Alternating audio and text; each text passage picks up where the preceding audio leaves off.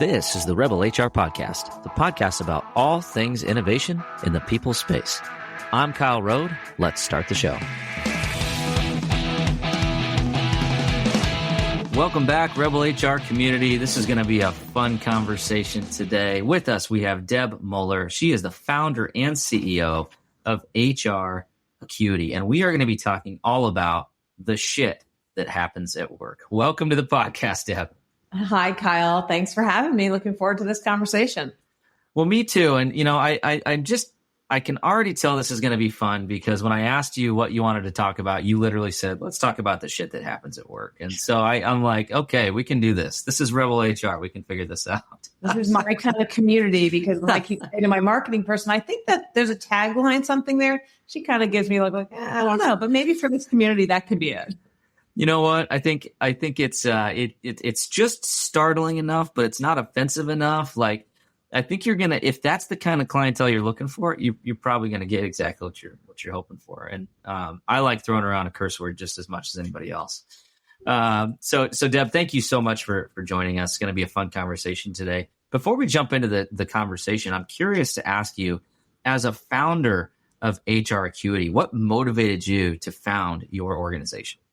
Yeah. So I, like you, was an HR practitioner for my career for many years and sort of didn't see myself. I was like, I don't really want to be a CHRO. What do I want to do? And I had done a lot of investigations. And this was before we were centralizing employee relations, before there were COEs. It was sort of just the stuff that either you opened a drawer and you found something that looked weird and you kind of pulled on that, or it was a Friday afternoon, you're about to go on vacation and someone comes crying in your office. So I did a lot of investigations. I got really good at them, which then meant I did more of them. They got more complex and more crazy. And I just recognized that I wanted to do something around that realm, something I knew I was good at, something I knew there was sort of nothing going on. So I actually started doing investigations as a third party and then realized there was no tech, that everything was done sort of as an ad hoc, very discreet investigation, no technology, no analytics around it. And I felt there was a big void there. So who better than to build that technology than someone who has absolutely no technology background, went to school specifically in an area that didn't require me to take science or math. And so why not? And so that's how I kind of entered this world many years ago. Absolutely. Yeah. That definitely rang true for me. It's like, why did you pick your major? Well, because it was all about people and I didn't have to take like anatomy. You know what I mean? That's right. It is sort of ironic, and it should be like a commercial for STEM for women. Also, like, why, what are we doing? This is so important. Now I'm a CEO of a technology company. But here we are. And the other thing about it that I think made me sort of the right person to do it was, while I didn't know a lot about technology, I had been a receiver and a user of really bad HR technology. That just was clearly not built by someone who had any idea what we did day to day. And I was determined that would not be the case with HR Acuity. I think we've held true to that. Yeah, it's really fascinating, and I think it's one of those areas as well that, I'll be curious to see where we are, in even a couple years from now, 5 years from now, 10 years from now, because there's so many aspects of human resources that are kind of going into this, there's a tech for everything, right? So there's this HR tech opportunities is massive, but I think so many of us in HR are kind of sitting back and we're like, well, we're not really sure what's going to work and what's going to work well. And if we screw it up, it could be really regrettable. Right. And so I think a lot of us are kind of just kind of biding our time before we really jump into it. But but I think so much of it is having that like actual HR expertise, the people that are building these tools, right? Like what actually works. Really, yeah. So speaking of what works, you focus like exclusively on employee relations, which is in many of our HR hearts near and dear, and also really freaking annoying. And so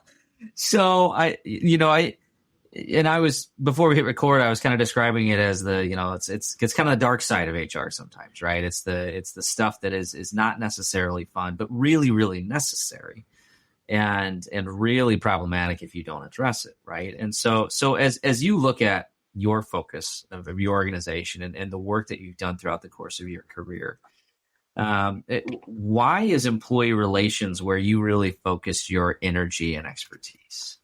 Well, I used to say, I don't know if this is still true, but I live vicariously through all the stupid things that people do. So doing investigations, I don't know. But when I think about employee relations, it's just inherent in sort of the work and sort of the employee life cycle. When we think about our employees, we think about the job we want them to do. So we write job descriptions. We have policies and guidelines. That's how we want them to behave when they're in the workplace. We have performance targets and performance goals and long-term planning. That's sort of where we want to aspire and what we want to achieve through them. So we put this all in place, and then we bring in these humans who are diverse. They bring in different experiences, life experiences, work experience, how they work, how their brain works. It's all different. And we expect that they're going to adhere to these pieces of paper that we put there. Exactly right. Like, it's like the same way that we would think a machine is going to, if you put this much in, you're going to have this much throughput, whatever. And that's just not possible. Things happen.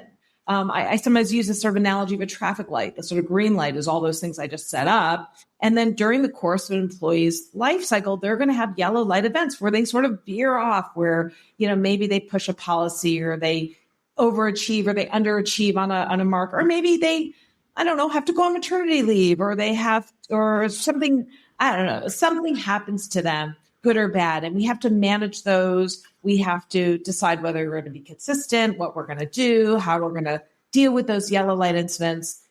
But they tell us so much. They tell us about leader interactions. They tell us about cultural aspects. So we can pay attention to those. We can learn from those to, impact retention, turnover, productivity, or we can not pay attention to them and they'll keep happening. And then you'll have those red light incidents that could be a hostile work environment, a discrimination claim, where, you have to deal with it. So in my career, I felt like we were really dealing with those red light incidents. That's where I found myself it sort of bubbled up, and we deal with it, but nobody ever sort of looked to say, what's happening the rest of the time? What are sort of those predictive indicators, like the ones we look at in marketing, the ones that we look at in finance? What are the HR predictive indicators that were there that maybe they wouldn't have gotten rid of all those red light issues, but certainly could have helped us become more prepared for them or sort of reduce them over time? So I can't remember what the question was, but that's good. This is perfect. I love it. I'm right there with you. I'm right there with you. So, first of all, I love the fact that you do, one of the beauties of human resources is the stories that you get of the stupid things that people do, right? And maybe you change the names to protect the innocent or guilty, but or more so to protect like your organization. But there is that. But I love how you described how you think about some of these employee relations challenges or the shit that we talked about, right? Yeah. And it's the yellow light versus the red light. And it really spoke to me because one of the things for me that's been really interesting is, early in my career, the red lights were the tough things. It was really hard to go through that first sexual harassment investigation or that first workplace violence or drug-free workplace issue or something like that, where you've got this big, glaring, bright red light in front of you and you're like, you have to act. And early in my career, I was like, oh, these suck. These are not fun. I don't like them. The reality is the longer I've been in the field, the more I have come to appreciate these because they're pretty black and white, right? A lot of times, as long as you conduct a good investigation, you can validate something bad happened, and then you can take some sort of action against making sure it doesn't happen again, right? That's right. But it's those yellow lights that you described that the longer I've been in the field, the more I've realized these are the ripples that really impact the organization. And if you don't catch them early, they become those red lights. And so as you described, they're predictive, they're proactive versus reactive. And from my perspective, probably more important than the red light issues, because it's an opportunity to stop the red lights from happening, right? So I love the way you describe that, and I think my guess is most of our listeners are probably going to agree. Like, yeah, that's that there's a lot of truth in that. So as Not it at relates all. to the yellow light, like the yellow light management, how can we be more thoughtful about spotting these, about acting on them, and making sure that we are keeping them top of mind as opposed to maybe waiting for the red lights to come? Yeah, because they're not as obvious and they're easier to sort of like, push away or not care about. And we're seeing even more of them now. We have a very different employee makeup now, right? Much more activism. Employees are I don't want to say sensitive. I think it's the wrong word, but they have a better perception of different things going on. We think about microaggression and things like that in the workplace. Yeah. Not that they weren't there before. We now have a label for them.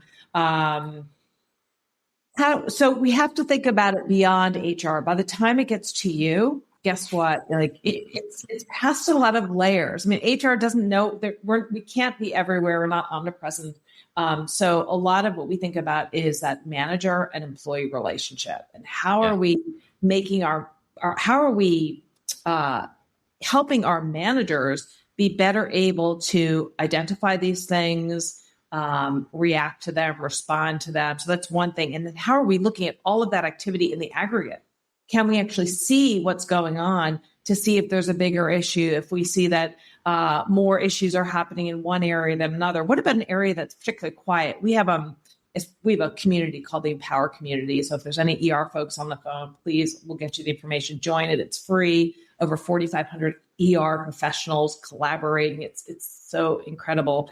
But one of we have a leader conference called our Employee Relations Roundtable, and a very large technology company talked about how they do listening tours, and they go to their stores and they just start talking to people. And I said, well, how do you choose where you go? And they said, well, we go where we've had some issues, but we also go to the locations where there have been no issues. And absence of data is telling you something just as much as presence of data. So really understanding how to collect that data, making sure your managers know what's out there, what to do with it.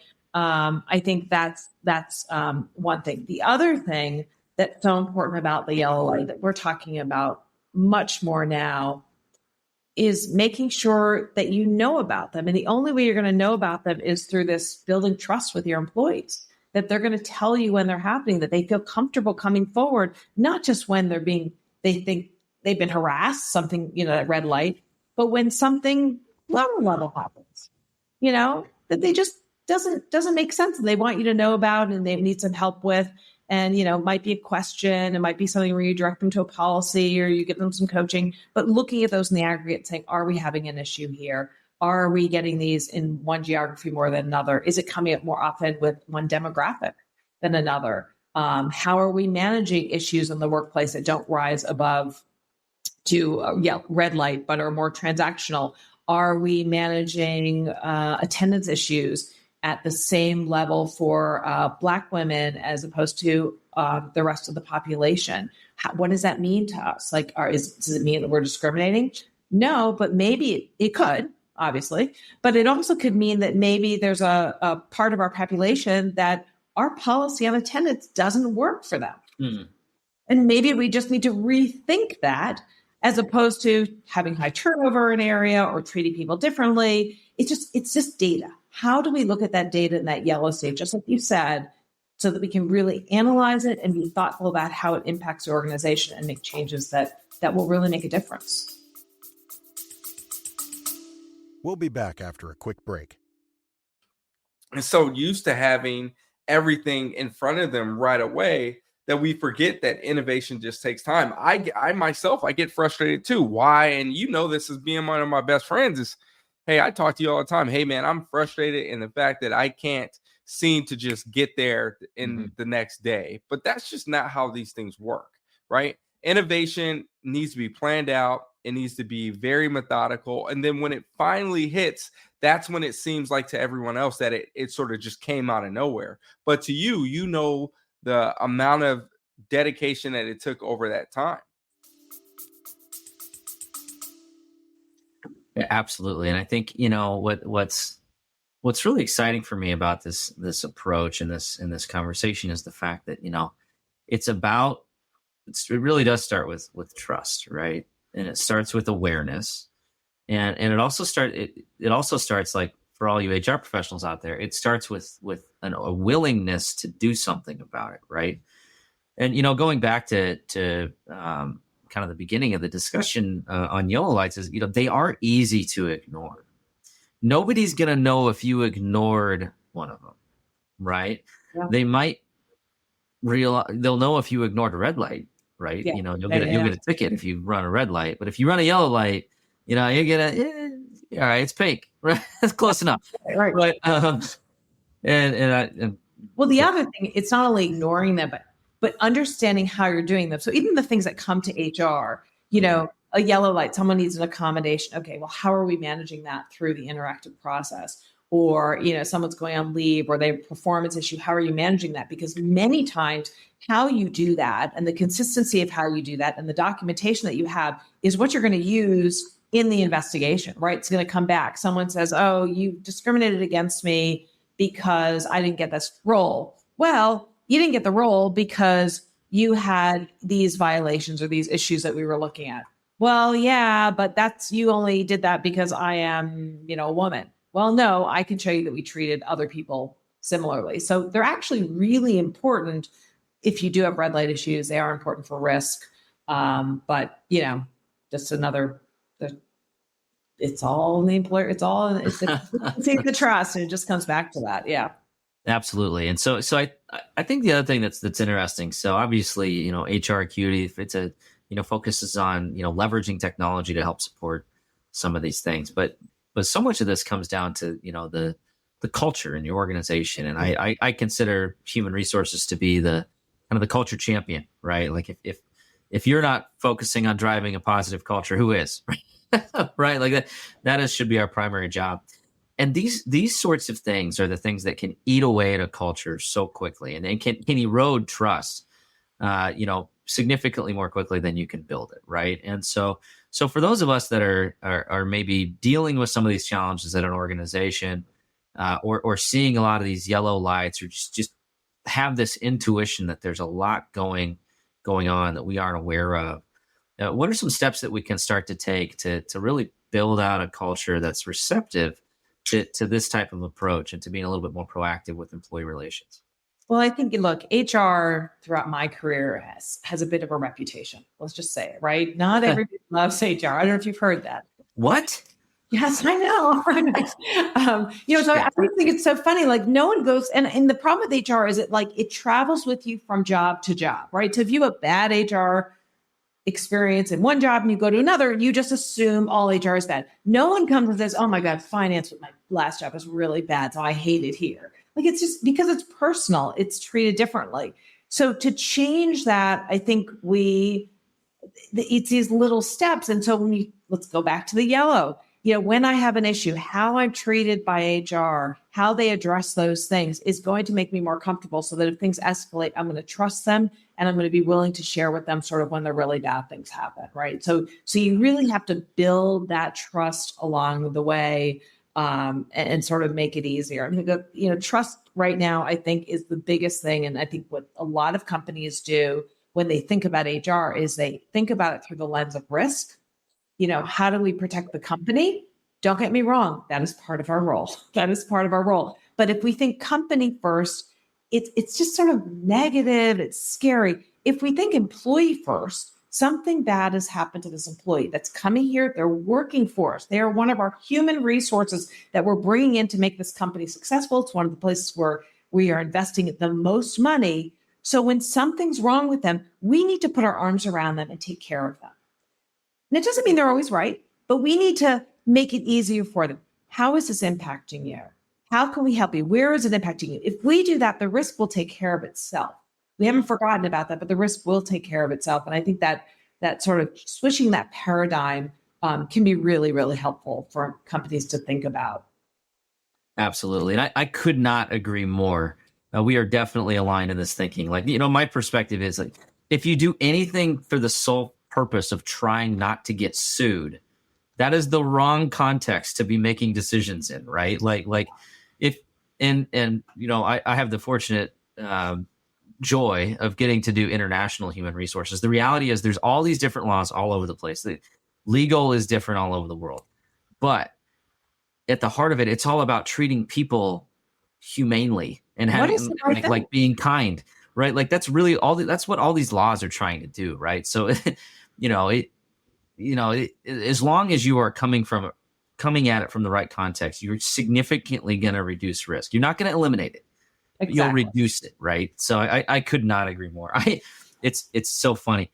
I literally just gave a webinar called HR's Bad Reputation this week. So we are on the same page there too. And it is funny. It follows people from like job to job. Like one bad interaction with one HR professional in somebody's life will forever paint every HR professional with a broad brush, right? But I also the converse. So the thing I always tell people to think about is, I don't know if you're a shopper, Kyle, but I'm a big Nordstrom person. So Nordstrom has this reputation of this amazing customer service. And I always tell this to HR people, if you think about it and you think about the stories people tell about Nordstrom, it's not like, oh my God, I went there and I found a fabulous dress. No, when you probably, I don't know. But what you do hear about is, oh my God, like somebody in my family died. I had to go buy something for the funeral the next day. I needed it shortened and I needed it then picked up, in 3 hours to go to the funeral. And this person there went, they put their arms around me. They helped me find the perfect thing. They hand walked me there. They got me there. I will be forever grateful to them. That's how we have to think when things happen to people at work that are bad. If we help them through it, that's what they're going to remember. That's what they're going to talk about. And that's what's going to change the reputation. Because when then they see a coworker, they go and tell people about it, right? You always hear about these. They're telling about how something bad happened and this company reached out and helped them. Same thing with HR. You know what? I had a similar experience and I went to HR and guess what? They helped me. That is how you change it. One of the features we have in our solution, we call the ENPS survey. But after an investigation, you can send a survey to the individual, the complainant. You can choose maybe to the manager to ask them, to get feedback. And people are like, we can never do that. I'm like, well, yeah, you can. And basically you're asking, they can customize it, but basically you're asking a few things. Were you treated with dignity and respect? Was your issue handled in a timely manner? And how likely are you to recommend a peer or a colleague come to HR with a similar issue? And that's the crux of it. And so in the immediate moment, if someone says no, the HR leader can reach out and say, okay, well, before you go talk to an employment lawyer about it, let me hear why we didn't ask them if they like the outcome, but we want to hear what we did wrong, what we could do better. But in the aggregate, it gives HR sort of a quantifiable way to look at what is the impact of what we're doing. And that will permeate the organization, going forward. And we have data that actually proves that. We did a workplace harassment and misconduct insight study, which I'm showing up. But I know this is a podcast, so nobody else can see it. But there is a book with a title on it that says what she just said. It's online too, but we like to print things out because I still am a big believer in printed things and putting your hands on things. But there's some really amazing data in here that you asked employees the likeliness to recommend their organization to someone else. So, typical sort of net promoter. And employees who had not been exposed to any harassment or misconduct, 41% of them said that they would recommend. All employees, the average was 31. But if nothing happened to them, 41%. If they experienced misconduct, bad misconduct, and not 22%. However, if they experienced misconduct, they reported the issue, it was investigated, and it was resolved, it goes up to 56% of those people. So people will recommend at a higher rate when something bad happens to them and it's taken care of than people who just sort of like, they're all green light, I guess nothing happens to them at work. It's pretty powerful. I think that is powerful. And I was surprised early in my career to actually see those sorts of things play out in real time. And I distinctly remember there's the course of my career, there's been, unfortunately, a number of sexual harassment investigations. And what I have found is typically when you deal with them consistently, quickly, appropriately, and when you go back to the person that had something bad happen to them and you make sure that there's a touch point, that they're comfortable, and you ask them those questions, not in a technological format, but in, face to face, the level of appreciation is immense. You figure out if you screwed up something, and you can fix it. And oh, by the way, if you did, you can also apologize to that individual, right? Like, and by doing those things, like, I think some people would probably think, well, that's risky, right? You're opening up yourself to a lawsuit, or you're admitting, by apologizing, you're admitting that you screwed up. Well, the reality is, if you screwed up and they're really upset about it, they're going to probably sue you anyways. Yeah. And you know what? You probably, if you did screw up big enough, you probably should just, own up and do what you need to do to make it right. What's the harm in apologizing? People want to be able to work. When I first developed my technology, it was solely around the investigation process. And then before we went to production, it was employee relations and investigations.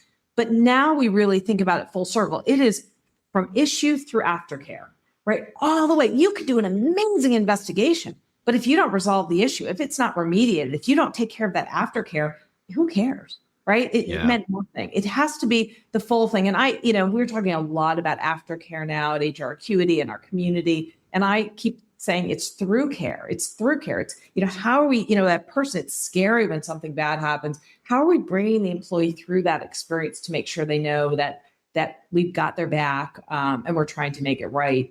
Some really cool things people are doing with retaliation monitoring, retaliation, sort of a backwards policy. Here's the policy, employee. You've now come forward and told me this scary thing has happened. Don't worry, we have this wonderful policy that if more scary things happen to you, come back and tell us again. Yeah, that's a good point. Yeah. Focus on the employee as opposed to saying something scary happened to you. We're going to monitor. We're going to make sure in the background. We're going to look at things like performance reviews. We can't see everything, but there's different signs that we might be able to see before you can even, that potentially could point to some retaliation, whether it was something that was conscious or unconscious, that we can sort of take care of in the background. And I think that those are the types of things we need to be doing that are different. Yeah. Those lovely handbooks where everybody reads every page and internalizes every single policy of that 75-page handbook before they sign, right? Of course. Oh yeah. We're on the same page there. But I love that approach where, it's not just about aftercare, it's about the through care. And at the end of the day, this is all part of our broader strategy of just being a great employer, right? Like that should just be everybody's bare bones, foundational HR functional goal, is to be a great employer, right? Well, that's it. And it is not hard. I mean, when we think about our employee relations community in the past years that we've been through and sort of having to navigate without playbooks, pandemics, wars, I don't know, what else has happened? I mean, it's just... The answer is yes, all of that, everything. And so what do? The organization, would you love that they appreciate you, but employee relations or HR, they have the answers. Oh, it's an employee problem, we'll give it to them. We know how to handle the basic, tenets of how do you do ER during a pandemic. So it's tough. It is not easy work, not for the faint of heart, for sure. Right. So much of it comes back to that the care, though, right? Like first of all, you have to care, and then second of all, you have to show some level of care, right? And it's that kind of having that approach and aftercare, through care, dealing with issues when they come up, and really, trusting your intuition when you feel something's not right. And I think one of the things, one of the challenges early in my career was I keep harkening back to early, back in the good old days. I haven't been doing this that long, but I'm not that old. When our biggest problem was quid pro quo, Yeah, exactly. Is it weird to say simpler times, hashtag me too? But the reality is that it was a simpler time, and comparatively, through what we've got through the last year. Crazy. I think a lot of times our tendency when we deal with some of this stuff is to just turn into a robot, shut off our emotion, become a legal machine, regurgitate the policy, regurgitate the corrective action plan, the progressive discipline policy, the retaliation policy, the harassment, just try to play lawyer, even though that's not what we are, right? And I think that approach, while it might make logical sense to you while you're in the thick of it, it might even be necessary to compartmentalize through some of the really dark stuff. It doesn't prioritize the employee, right? Yeah. It prioritizes protection, not support. We've been having this ongoing conversation about transparency and how transparent are you? And sort of it starts with, even in the investigation process, how much do you share the outcome or what you're going to do with the complainant? And I sort of am always on the side where people are like, really? And I'm like, well, they're like, you have to protect. You don't share the outcome, what you do to the subject with the complainant, because that's private. I'm like, the person sort of lost their right to privacy when they did that stupid thing. I'd rather care about the person that it happened to.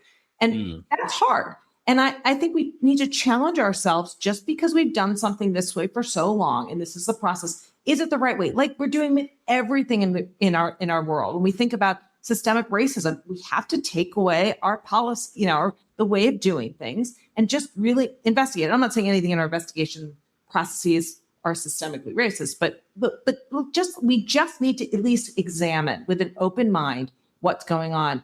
And so one of the things regarding transparency we've been talking about is sharing data, or at least I've been talking about it, sharing data about employee relations issues. Like, how do we know? How do we build that trust? So one of the ways to do it, in my opinion, is if you're a large enough organization, at some intervals, annually, quarterly, do some type of transparency report, share that we've had this many type of issues come up.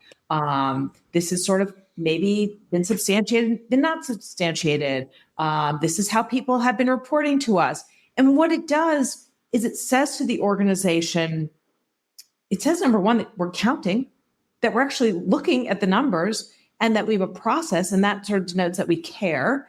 It also, if someone looks at it, they're going to say, wow, they actually substantiated certain things. That means they actually might believe me if I come forward, or there's other issues like that. And we're getting there. We've seen the movement. There are some companies that are starting to do this. And I think it's just making it something they can talk about. And from my perspective, employees, the current set of demographics of employees, are starting to demand transparency in so many other ways, in pay, in, we've taken, confidentiality out of agreements and arbitration clauses, transparency in how our employer invests their money. They want to know. So it's only a matter of time before they're going to start demanding this. I don't know, maybe it'll be regulated. I don't think we're that close to that now, but let's get ahead of it. How does that just build trust with our employees now? What can we share with them? And at least think about it. You don't have to open everything up, but think about what would help and what's the downside. Yeah, absolutely. And I think it's, I think a lot of people that are maybe more risk averse are probably like, I don't know about that. But the reality is, every single one of these situations that happens, every dark moment that occurs at your organization is also an opportunity to shine some light and help your team understand what the expectations are in order to work there. Right. So, I guarantee you that if there's some systemic harassment going on, or some leader who is harassing people, you are really responsible for making sure that everybody, if after that situation, that everybody understands exactly what your expectations are. Do you really think that people don't understand why they're going through this mandatory harassment training?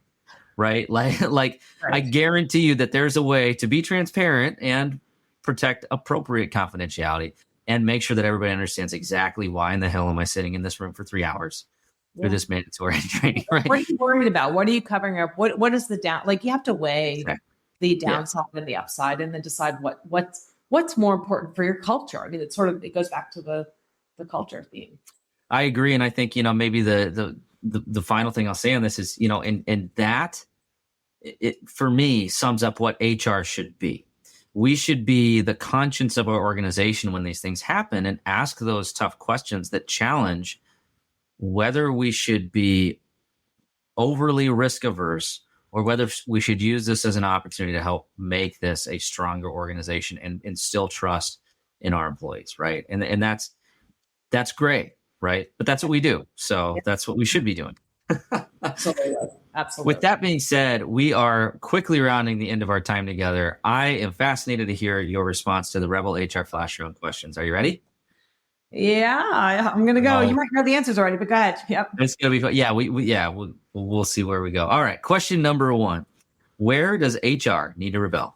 Oh, shocker. Be transparent, right? Like just push the envelope. Think about where you can just open up a little bit more to connect with your employees and build that trust.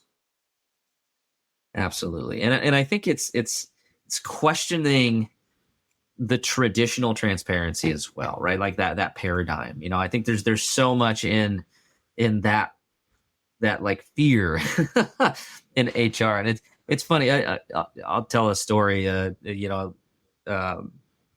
maybe a little bit of a tangent, but so I was doing a live podcast at a conference, and I was there to, just there to talk to HR professionals, anybody that wanted to talk. There were so many people who were afraid to go on a podcast at all for fear of violating some random confidentiality clause that, side note, it doesn't exist, right? Like just don't say anything crazy and then say this is sponsored and trademarked by my organization XYZ, right? Like, come on. And like we can all relax, but but so many of us have that hardwired into ourselves, and it's really ingrained. That is the thing. I think that is like, oh, it's confidential. I used to say when I was a practitioner, I remember getting up and saying, I'm the director of HR. I'm not a people person. I'm insensitive, and my door is always closed. That's true. I mean, I'm not insensitive, but you deal with hard things. Sometimes you have to make tough decisions. But my door was always closed. What they want. What?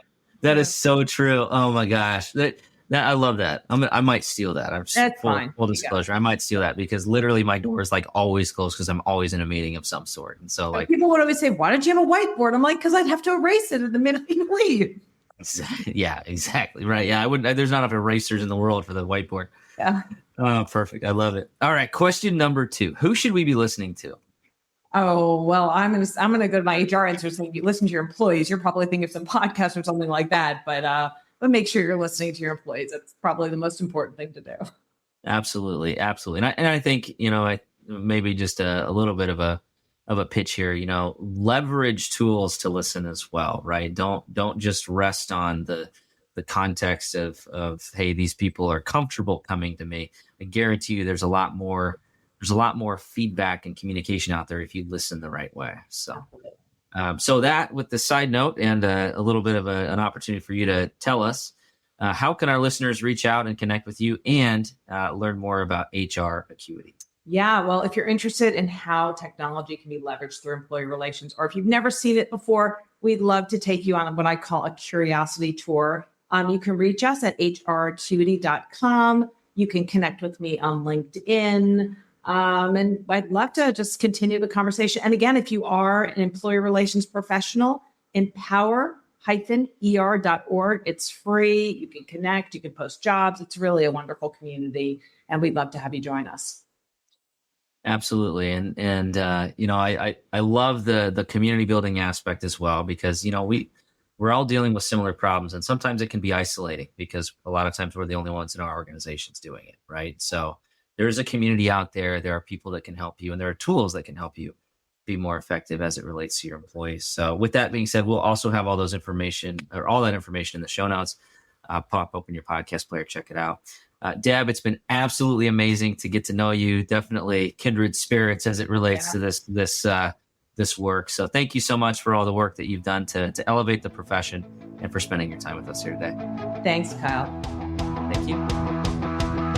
All right, that does it for the Rebel HR podcast. Big thank you to our guests. Follow us on Facebook at Rebel HR Podcast, Twitter at Rebel HR Guy, or see our website at rebelhumanresources.com. The views and opinions expressed by Rebel HR Podcast are those of the authors and do not necessarily reflect the official policy or position of any of the organizations that we represent. No animals were harmed. during the filming of this podcast. Baby.